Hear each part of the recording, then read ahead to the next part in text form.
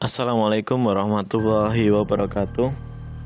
Kang Mas dan Mbak Yu kembali lagi di 1000 kisah nyata. Baiklah, pada video kali ini kita akan melanjutkan part kedua dari pendakian malam 1 Suro Gunung Sindoro. Keanehan demi keanehan mulai menyergap mereka. Bahkan diduga mereka telah memasuki dimensi lain di alam Sindoro. Lantas bagaimana nasib mereka?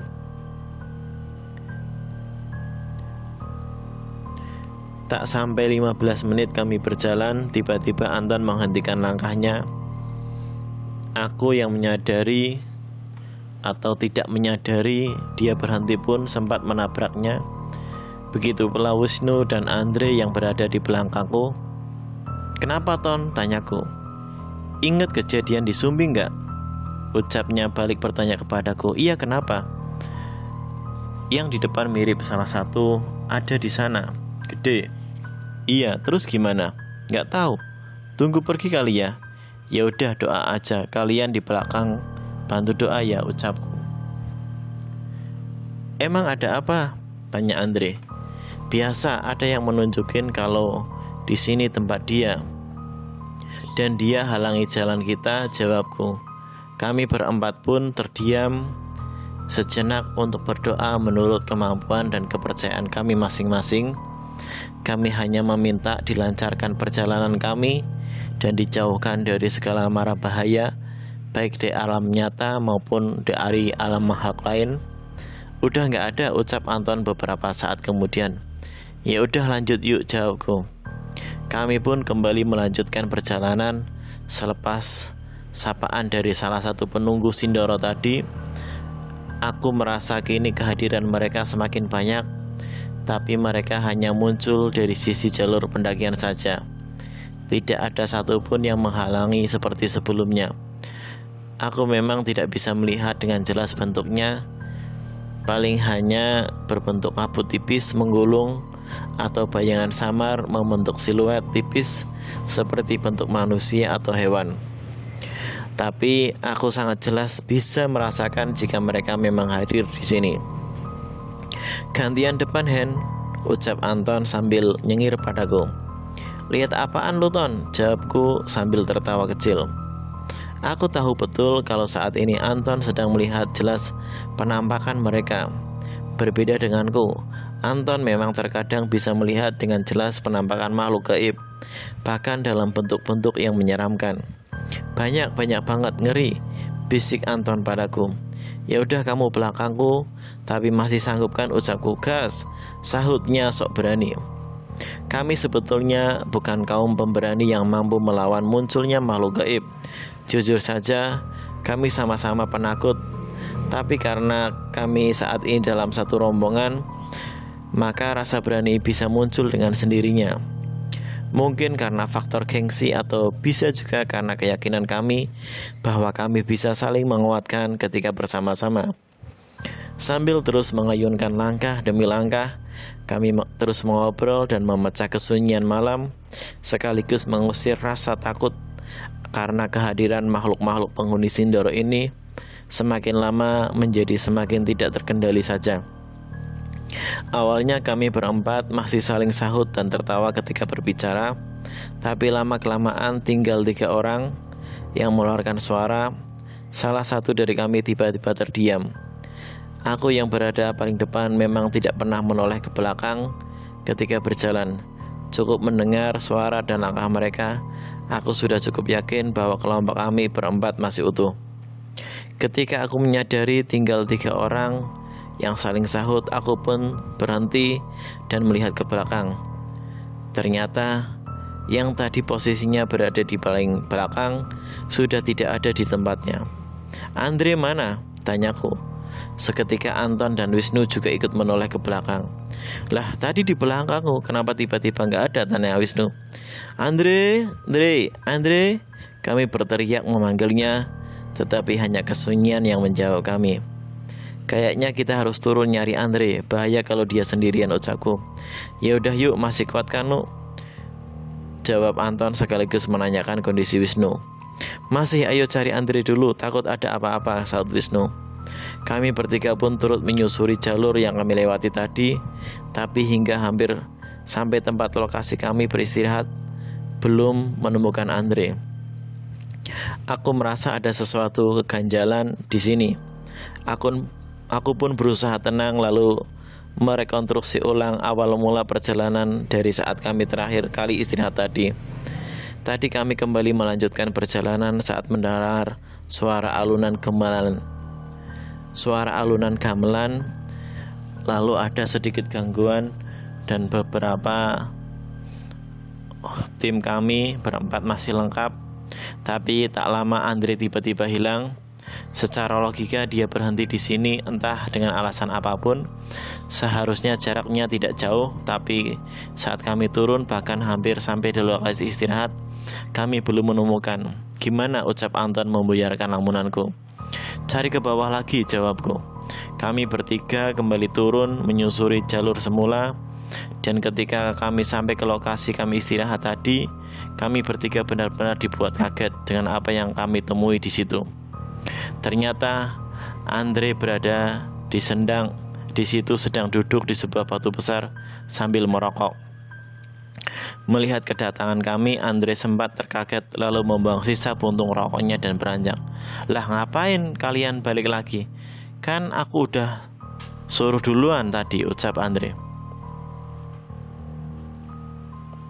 Hah? Ini bagaimana maksudnya? Aku benar-benar bingung atas situasi ini.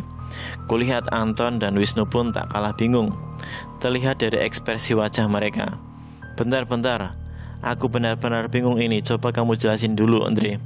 Dari mana saja kamu tadi, ucapku. Maksudnya gimana sih? Kalian bertiga kok kayak bingung ini. Ada apa sebenarnya? Ucap Andre tak kalah bingung. Oke, coba aku jelasin dulu ya. Sepertinya ada yang aneh ini, ucap Anton. Jadi tadi kan kita istirahat bareng di sini, lalu kita lanjut jalan bareng berempat. Terus di tengah perjalanan kamu tiba-tiba hilang. Terus kita cari sampai sini. Ternyata kamu balik lagi ke sini, Ndri, sambungnya. Apa maksudnya, Ton? Dari tadi aku duduk di sini gak kemana-mana. Kita emang tadi istirahat bareng di sini. Terus kalian ngajak jalan lagi. Nah, karena rokokku belum habis, jadi aku suruh kalian duluan dulu. Nanti aku nyusul. Lagian kupikir tidak sampai 3 menit paling rokokku habis dan bisa nyusul kalian. Pas aku lagi siap-siap mau jalan, tahu-tahu kalian malah balik lagi kesini dengan wajah bingung kalian, jelas Andre.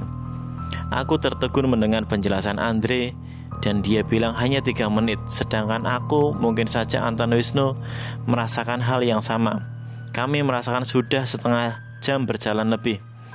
Dan satu hal lagi yang aneh, kami merasa Andre tadi juga ikut jalan. Jika penjelasan Andre benar bahwa dia tetap di sini, lantas siapa yang ikut jalan bersama kami tadi? Nampaknya ada yang sedang mempermainkan kita, ucapku.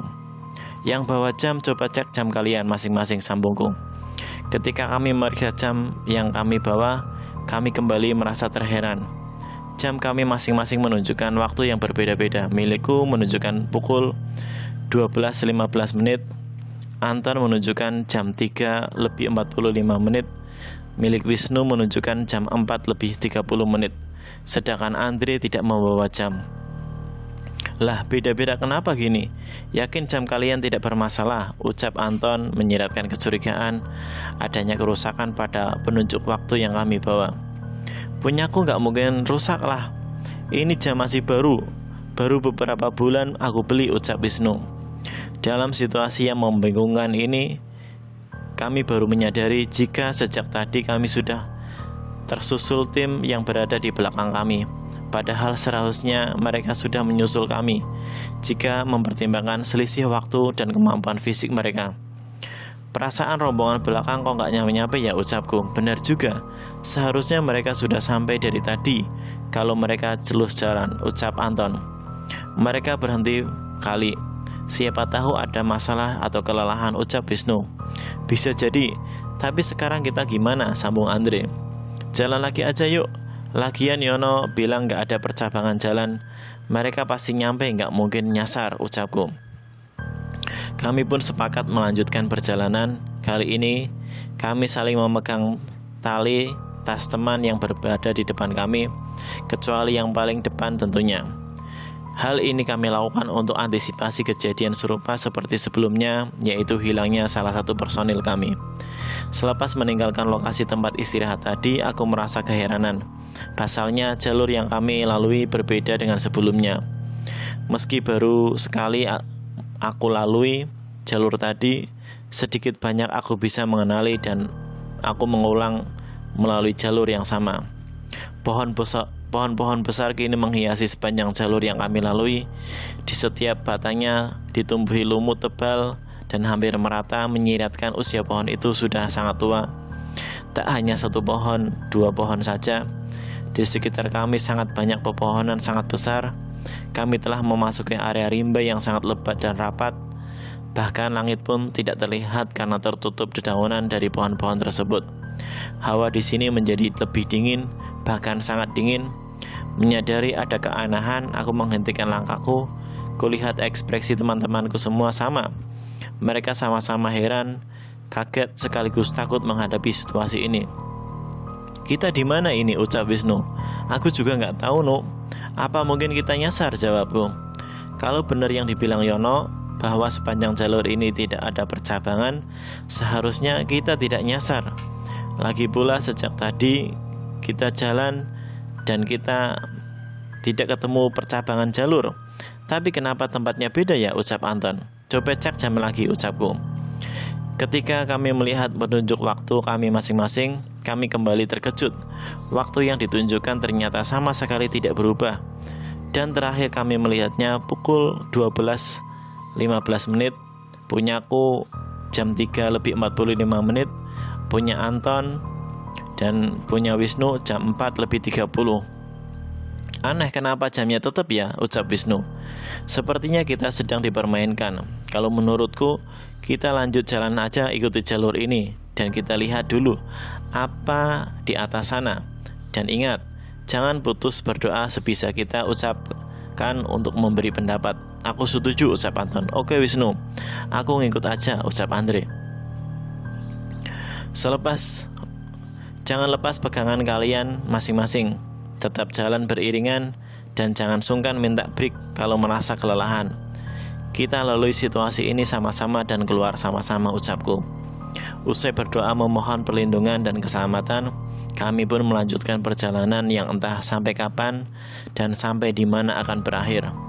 Tidak ada satupun makhluk gaib yang menunjukkan dirinya di sini, tapi aku sendiri merasakan tempat ini benar-benar siup dan mencekam.